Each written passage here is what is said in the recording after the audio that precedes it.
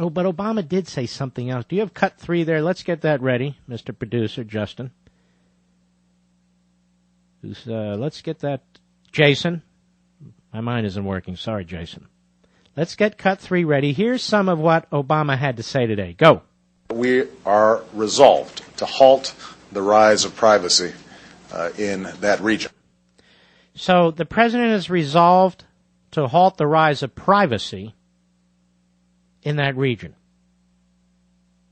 Now, why do I play that? Because I assure you, if this all went on under George W. Bush or Ronald Reagan or Gerald Ford or you name it, fill in the Republican name, that line would be used over and over and over again in the great broadcast media.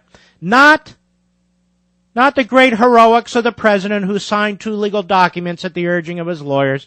No. Let's play clip 3 one more time. Go.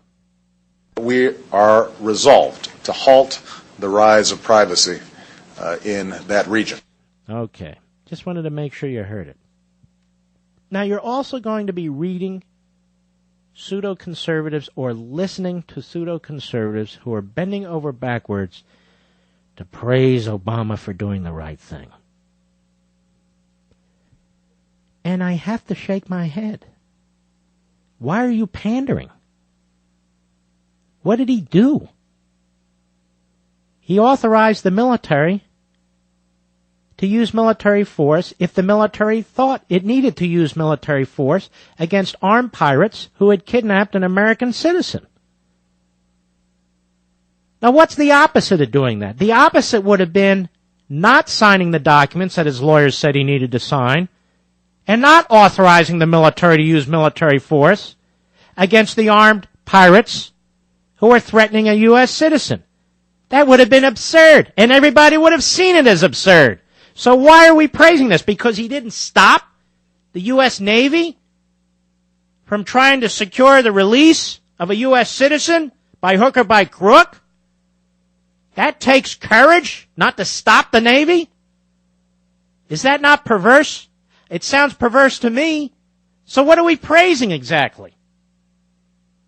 Now, I would praise the President of the United States, I tell you and I mean it, if he were to hit these bases tonight, these pirate ports, they know which ones they use. Or if he ordered the Navy to blow these pirate ships out of the water. You know, there's more than one dinghy out there. There's a bunch of these ships. But instead we get more of, we're going to coordinate, and we're going to talk, and we're going to work, and we're going to whatever with our allies. I'm sure that will happen, and it should happen.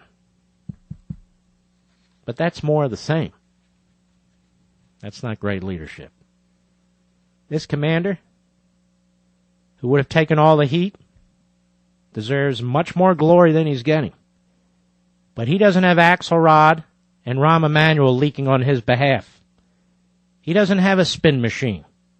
He certainly doesn't have a media that's really interested in knowing who he is and what a great commander he is. And for the military's reward, what is the president doing? He's taking a meat axe to their budget, and he was going to take their health care away. He stopped taking their health care away after this program did a surge to stop it, but he's still slashing their budget.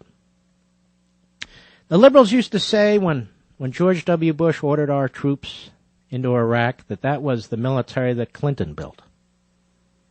Actually, it was the military that Reagan built, what was left of it. Clinton never built the military. He tried to undermine it.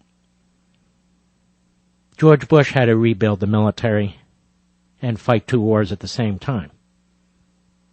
How come I don't hear anybody saying that those Navy SEALs, this commander, those ships, that's the George Bush military? How come I don't hear that?